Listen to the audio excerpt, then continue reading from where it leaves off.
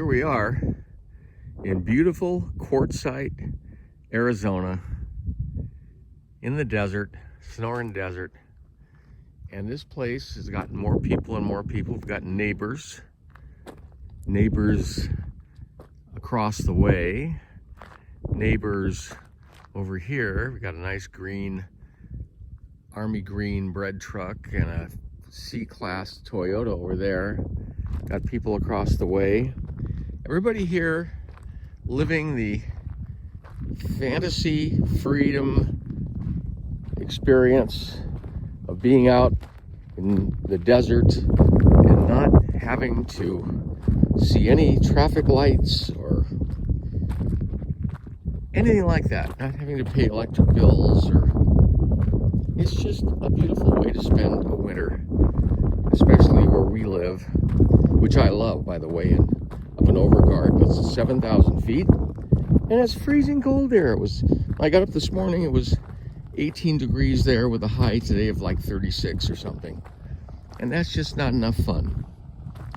So we have come out here this winter to spend it out here, having a wonderful time, meeting new people. They're waving and I'm waving, meeting new people, and just enjoying the quiet, the beautiful sunsets, the beautiful sunrises over the mountains. And here we are. I'm glad you're with me on this little video. What I'm doing out here, besides reading and loving my wife and my dog, loving my wife particularly, and enjoying life, such life is so good, is I'm also doing a lot of thinking about issues that I used to think about all the time, but I thought about them while I was a pastor, which I was for about 35 years. Always drawing up sermons and wondering how people would react and whether I was being orthodox enough and not stretching out too far. Finally, I couldn't do it any longer because I kept stretching farther and farther out until the people in the church said, "You're too radical for us." And I was thrilled because I thought I was trapped there, and it turned out I wasn't trapped at all. I wanted to leave and they were happy for me to leave. We left amicably. It was wonderful. So for the last 10 years, I've been able to think about things in a fresh way with all the experience and knowledge I had from 35 years of Bible study and going to seminary and all the rest. And things look different to me. And I could never go back to being part of the kind of church that I used to pastor. Even if it was a good church, a nice church, a good guy pastoring or a good gal, I could never do it because the premises are all messed up, in my opinion. And it's not that I think I'm right and they're wrong. It's that I have to follow my own heart and my own head. And so do you. And that's really what I'm all about, is saying to anybody who watches this that the only person you should be answering to, the only person you should be answering to is you. You're not, this is my opinion, of course, you're not to answer to a pastor, you're not to answer to any teacher, any guru, any prophet, anybody that takes on psychological authority. There's nobody that has psychological authority over anybody else, even if they think they do. They say, what about the police? Well, that's legal authority. That's different. There's legal authority. If you rob a bank, you're going to go to jail. That's fine. I mean, it's not fine if it's you or me, but that's legal authority. That's not psychological authority. There's no psychological authority in the New Testament, in the Bible. In the Old Testament there is, but not in the New Testament. Nobody is in authority over anybody else in the New Testament. Oh, there's a couple of verses about husbands being head of their wives, which is highly debated, used, to stamp down this whole idea that there's authority. There is no authority in the New Testament. And certainly, there's no authority in a pastor in the New Testament, simply because there aren't any pastors in the New Testament. I don't know if you realize that, but there aren't any. And nobody has psychological authority over anybody else in the New Testament. And if they think they do, they're roundly criticized, as the Pharisees were by Jesus. And if there's no psychological authority, then there should not be and cannot be and is not any psychological guilt. Now, guilt is a biggie because the church has made an institution out of guilt. In fact, the guiltier you feel, the more spiritual you are. That's the church's take. You've got to feel guilty. You must understand that you're guilty. That there is psychological authority in your life, and of course it's backed up by God, who is the source, so to speak. So it's said, so it's claimed. The source of authority is God, and yet Jesus made no claim to such authority. I mean, think about when the woman was caught in adultery, and she was caught, and the Pharisees dragged her to Jesus to say, there's a nice little guy, a couple little guys, three little guys over there having fun. Can you hear them? They're good guys, little doggies. And they brought her to Jesus and said, here she is. We caught her in the very act of adultery. And you know what he said. If you've been to church, you've heard this. He said, well, let me ask you guys something. You guys who have no sin, never did anything wrong, go ahead and cast the first stone at her. And they all dropped their stones and walked away. And then he said to her, where are your accusers? And she said, they've all gone. And he said, I don't condemn you either. I'm not here to be an authority over you. I'm not here to represent a God who wants you to be guilty.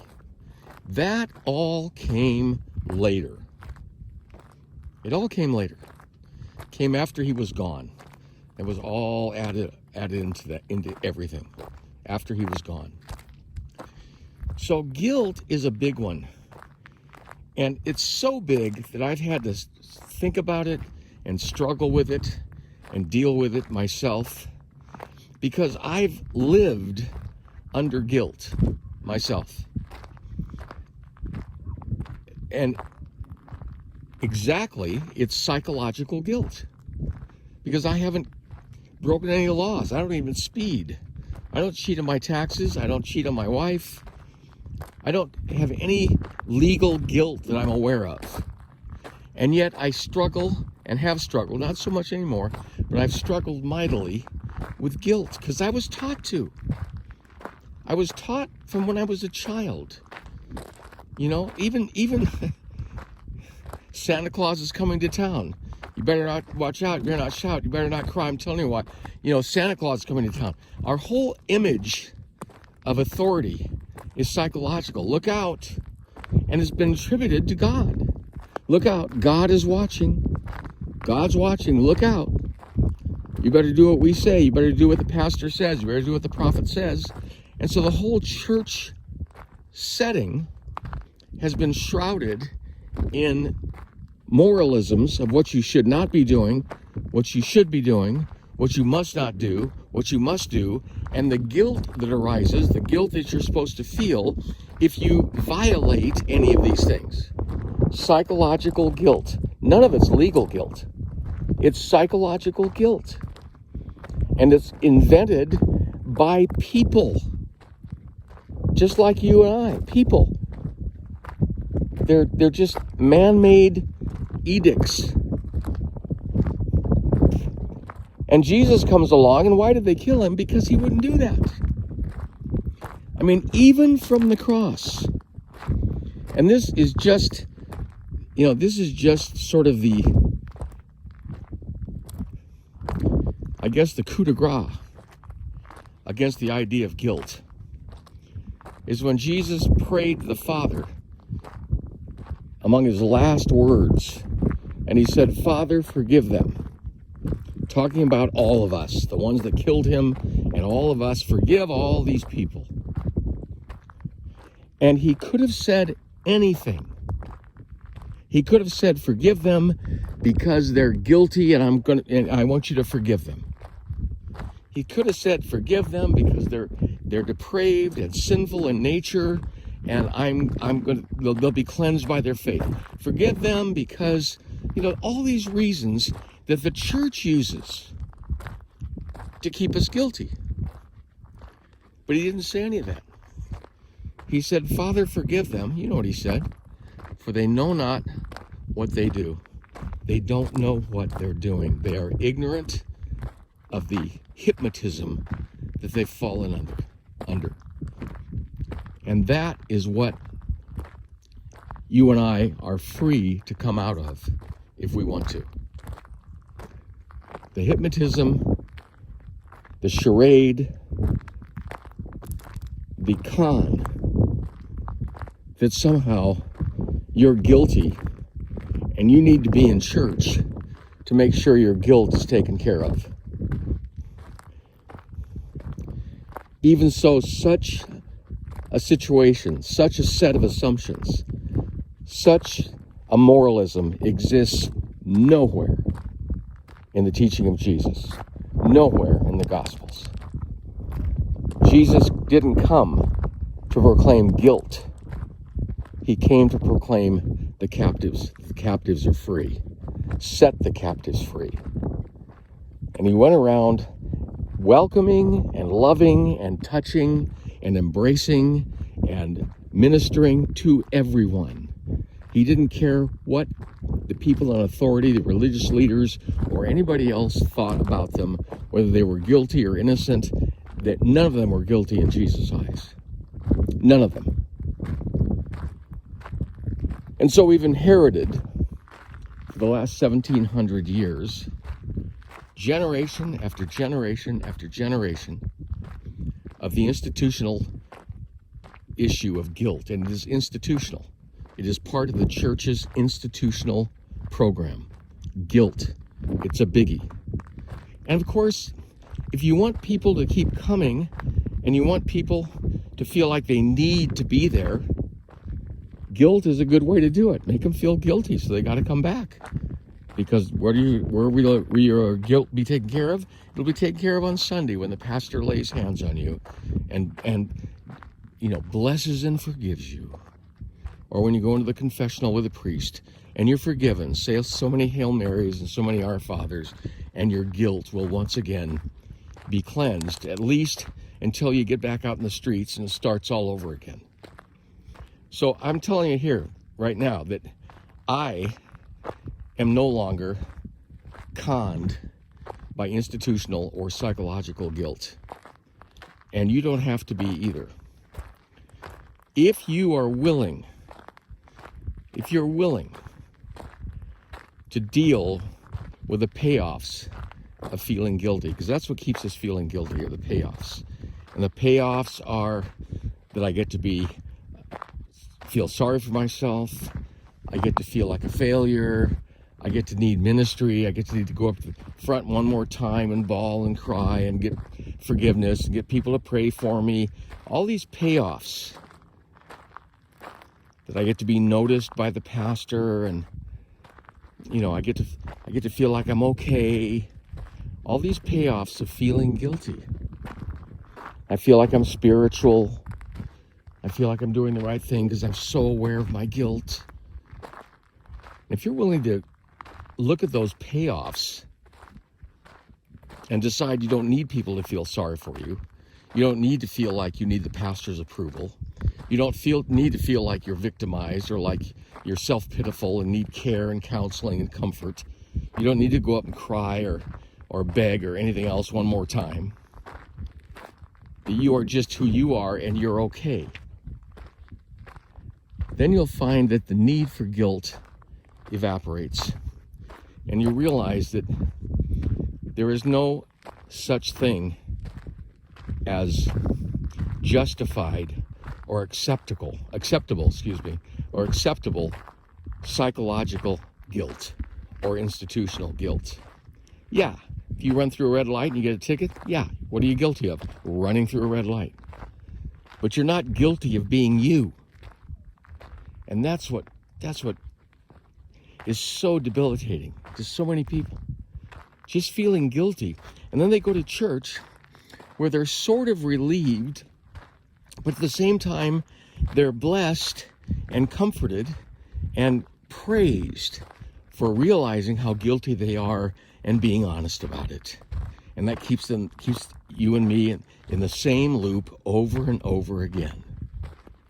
So, out here in the desert is much easier, because who can be guilty out here? But who can be guilty right where you are? Why would you be guilty? What are you guilty of? Being you? Are you guilty of having insecure thoughts, lustful thoughts, angry thoughts? Are you guilty of doing things you're ashamed of? Why are you guilty? The only reason you're guilty is because you've decided, you've made yourself guilty. You've bought in to being guilty. And you'll find that there are a lot of other reasons for not doing stupid things other than guilt, like being ignorant, as Jesus said. It wasn't, Father, forgive them because they're guilty and need forgiveness. He didn't say that. He said, Father, forgive them because they don't know what they're doing. Their head is all screwed around. I'm so glad he said that, because in saying that, he was looking ahead to what the church was going to do to millions and millions and millions of people over the ensuing 2,000 years since then. So that's the reason I can't go back to church, because it's a guilt factory. It's a place that institutionalizes and uses guilt as a virtue. And in fact, when you think about it, the guiltier you feel, so the church teaches, the more of an honest disciple you are. That's how turned around it is. So you don't need to feel guilty if you're not. Jesus never said anybody was guilty. The closest he came was to the Pharisees. Why? Because they were using people, abusing people, and they were guilty of that abuse. Now, if there are things in your life that you feel guilty about, it's easy. Stop doing them, and you won't feel guilty about them anymore. You have the power to stop doing what you feel guilty about. Nobody else has any business telling you what to feel guilty about, other than police and the law. But in terms of psychological guilt, nobody else has the authority or the place to tell you what you ought to feel guilty about in yourself. It's nobody's business. What they're doing is they're projecting their own guilt. They want to put it on you because they don't want to look at their own. You are the one who can decide what you might feel guilty about. And if you feel guilty about something, and you feel and you know that it's the wrong thing to be doing or saying, then you have the opportunity and the freedom to stop doing it. Guilt is ultimately brought on by ourselves. And that's where I'm going to end this by saying, when we're in the church or under parents or moralists long enough that use guilt as a tool for compliance, we will take that on and make it our own voice. And then we become our own guilt mongers of ourselves, and then we project that on others. And that's really what's wrong with society at root. We feel crappy because we've been told we should feel crappy.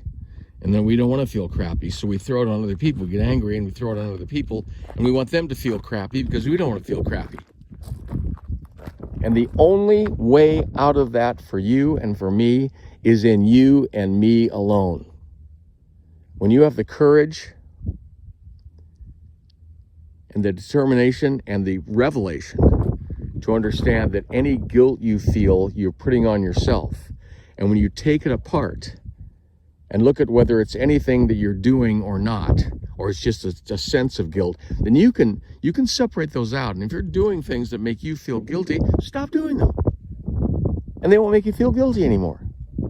If you're feeling guilty for things that just have to do with you, understand you've been conned.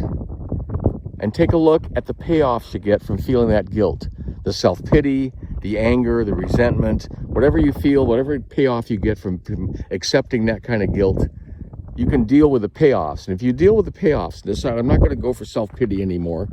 I'm not going to think that I have to be cared for, nurtured like a baby anymore. I'm my own person. Then you'll find that the reasons you feel guilty will be gone. When the payoff goes, the reasons for the payoff go.